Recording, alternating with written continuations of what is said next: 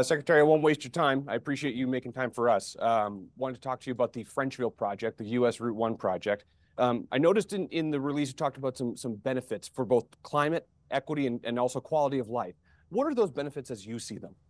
That's right. The project that was put forward is going to have a number of benefits on a stretch that is about 6 miles of US 1 there. And when we have better designs, that means less congestion.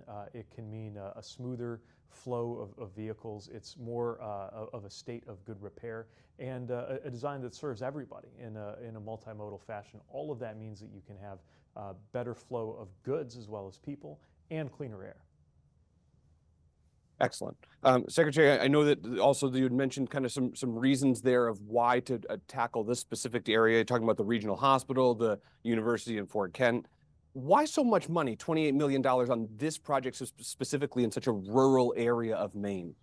Well, part of why we created the rural program, and this is all part of the bipartisan infrastructure package, part of the focus of that was to make sure that rural areas don't get left behind. Often the biggest dollars go to the biggest cities. And of course, there are big needs in big cities, but there are big needs in rural America too. And if you're living in that area around Frenchville or any of the other places around the U.S.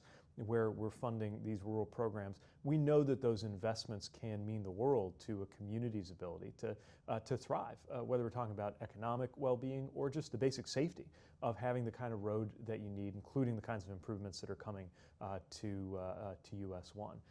Past rounds of infrastructure investment in U.S. history sometimes have only gone to areas that were already doing pretty well. We want to make sure that no area is left behind in any part of the country, and that means communities of all sizes. Okay. And Secretary, also that was announced on the same day in Las Vegas as part of the bipartisan infrastructure bill, there was also a $500 federal grant to extend the passenger rail from now down in the southern portion of the state from Brunswick to Rockland. You guys have talked a lot about the priority of high-speed rail. Why do you see that being a benefit even in this northeast corner of the U.S., where a lot of times when we hear about Maine, it's told as it's kind of a dead end, especially as we talk about gas and oil delivery. So why is this investment important in this state in your mind? Well, everybody should have access to excellent passenger rail. Now, you have this Downeaster Amtrak route. It's very important for the people who use it, but its reliability has been a real issue, partly because of the condition of the track. We've got $27 million headed to this region to work on this in a way that will, for example, mean less times when there's some condition problem with the track, which means there has to be what's called a slow order, and the train winds up being delayed.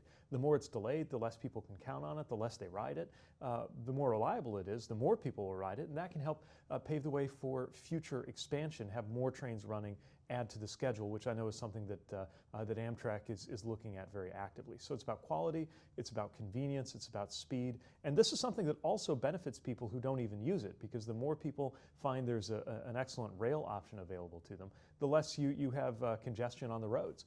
So it really is a win-win-win. It's good environmentally, it's good economically, and Maine deserves good rail service, just like every other part of the country.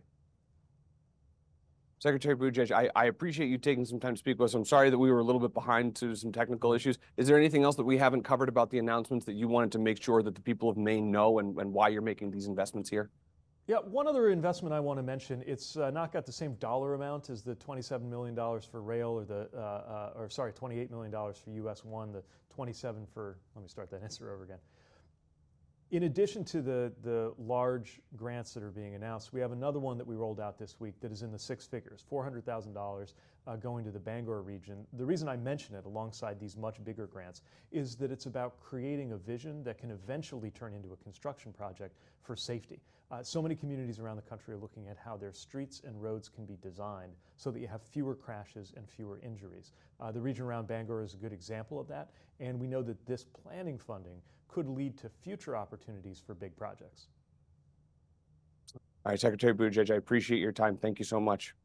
Thank you. Good speaking with you. Take care. Take care.